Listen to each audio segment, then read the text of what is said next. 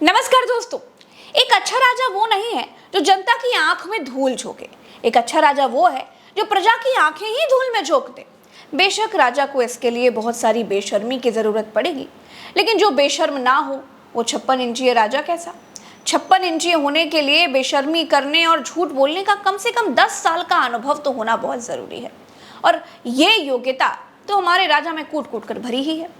Jail जाते विपक्ष के मुख्यमंत्रियों की बेला में राजा ने समय देखकर एक और जुमले की डुगडुगी पीट दी है।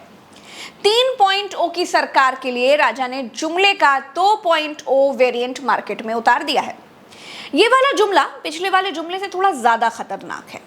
15 लाख हर आदमी को देने के झूठ के बाद राजा ने अब 3000 करोड़ प्रजा को देने का ऐलान कर दिया। बिल्कुल ठीक सुना आपने। वैसे तो ये प्रलोभन देकर वोट लेने का मामला है, लेकिन राजा के पक्ष वाला चुनाव आयोग राजा को कुछ कहेगा ही नहीं। अब शायद विपक्ष को ये लगने लगा है कि एक चुनाव आयोग उनको भी लगना चाहिए।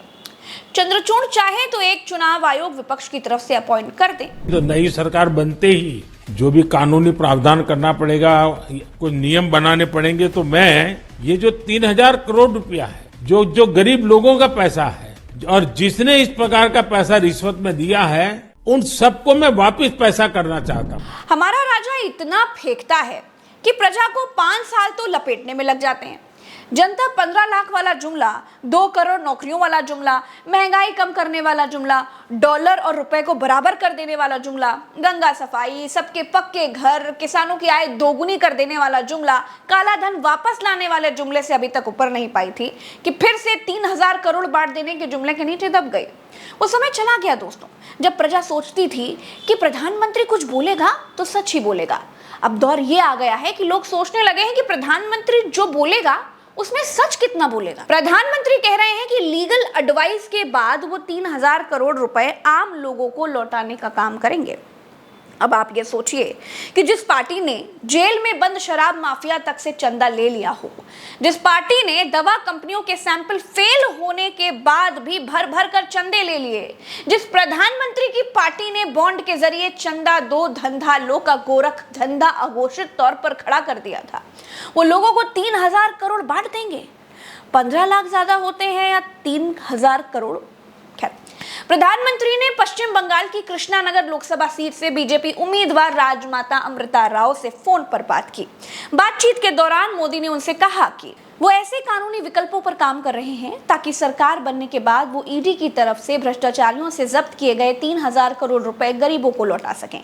ये गरीबों की मेहनत का पैसा है जो उन्हें वापस लौटाया जाएगा। ये सुनकर आपको काले धन की याद जरूर आ गई होगी, है ना। 15 लाख की याद भी जरूर आ गई होगी, 2 करोड़ नौकरियों की भी याद जरूर आ गई होगी, और फिर ये सब तो जुमला था, ये वाली बात भी याद आ गई होगी, है ना।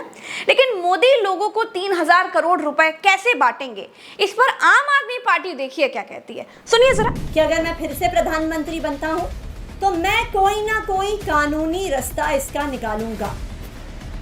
मैं आज प्रधानमंत्री नरेंद्र मोदी जी से कहना चाहती हूं,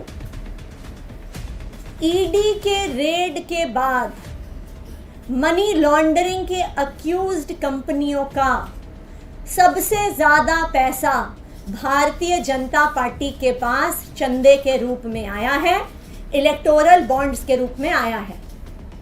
जो पैसा ईडी के पास आया है उसको तो देश की जनता में बांटने के लिए आपको कोई कानून बनाना पड़ेगा, लेकिन इन सारे आरोपियों का, ये सारे मनी लॉन्डर्ड पैसे का सबसे बड़ा फायदा, इसकी सबसे बड़ी बेनिफिशियरी भारतीय जनता पार्टी रही है। दोस्तों, एक बात तो साबित है कि हमारे राजा देनदाता नहीं लेनदाता हैं। मोदी अगर इतने बड़े दानवीर हैं तो चंदे के नाम पर धंधा करके जो हजारों करोड़ बीजेपी के खाते में आए हैं, वो पैसा जनता के बीच इसी चुनाव में बांट देने की घोषणा कर दें। लेकिन ये नहीं करेंगे, क्योंकि मोदी को सपना दिखाने में बड़ी मजा आती है, झूठ में जो मजा है वो सच में कहां। असल में है क्या दोस्तों कि राजा जी घबराए हुए हैं।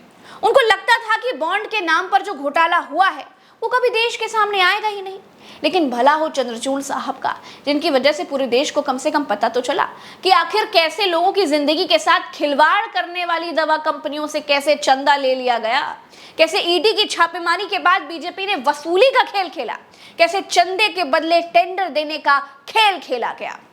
दोस्तों, बीजेपी को जितना चंदा मिला ये दुगना भी हो सकता था, लेकिन सुप्रीम कोर्ट ने पानी फेर दिया।